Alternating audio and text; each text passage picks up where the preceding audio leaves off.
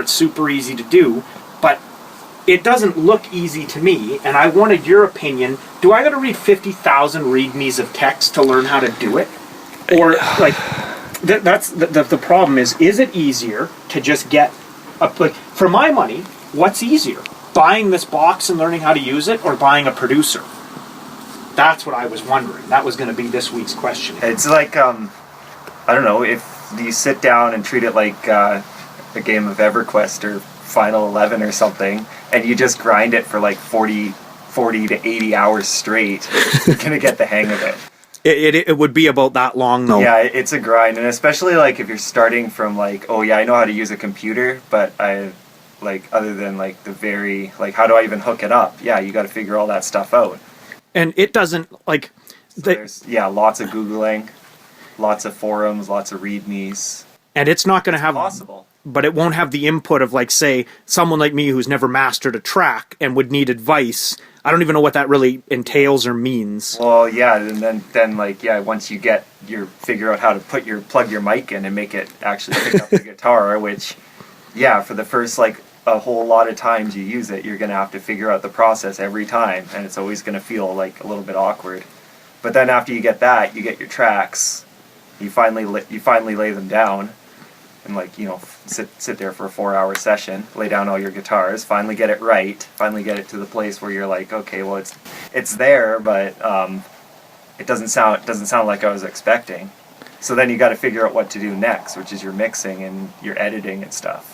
Yeah, because, like, that's another thing is... So then you could, like, take your mistakes or comp your tracks together, or, you know, do whatever you do to get your perfect take, and then, you know, make it sound good from there. So a bunch of YouTube video tutorials later, and, like, you know, again, Googling, reading forums, finding out from other people exactly how to get whatever, like, you know, how to get your bass to not sound like shit or whatever.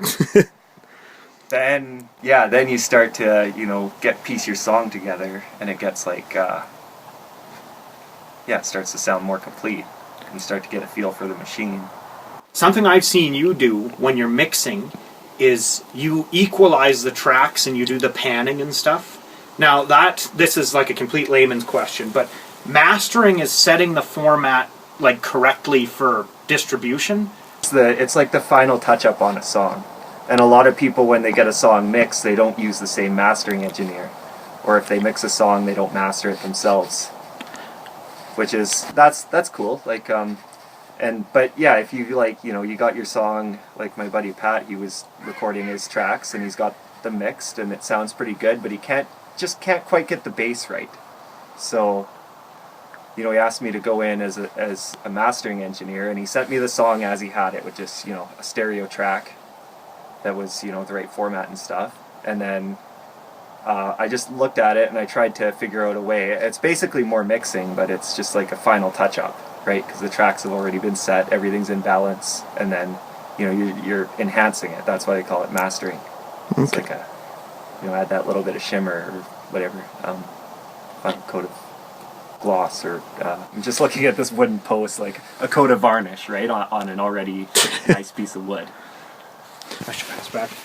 Another question that I wanted to ask is, if you have mastered tracks and I get them and I listen to them and they've been mixed and mastered, and I was like, I want to throw another guitar into this, can we just throw another track in, or do we got to do we got to master it again? In theory, you could probably get away with it. It depends on, like, how picky you are. I know people that would never do it that way. But, like, yeah, I've had tracks that I've actually lost the mixes. Like, I lost the stems.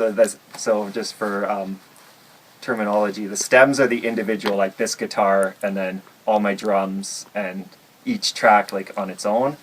So I lost all those, and all I'm left with is these tracks that have already been mastered. So if I wanted to add more tracks on there, I couldn't take anything away. So I guess, if you wanted to, like, record a new track, like a new guitar line or a new lead, or, like, you know, you hear some other instrument, you could probably do that. But if you wanted to take something away, you can't do that.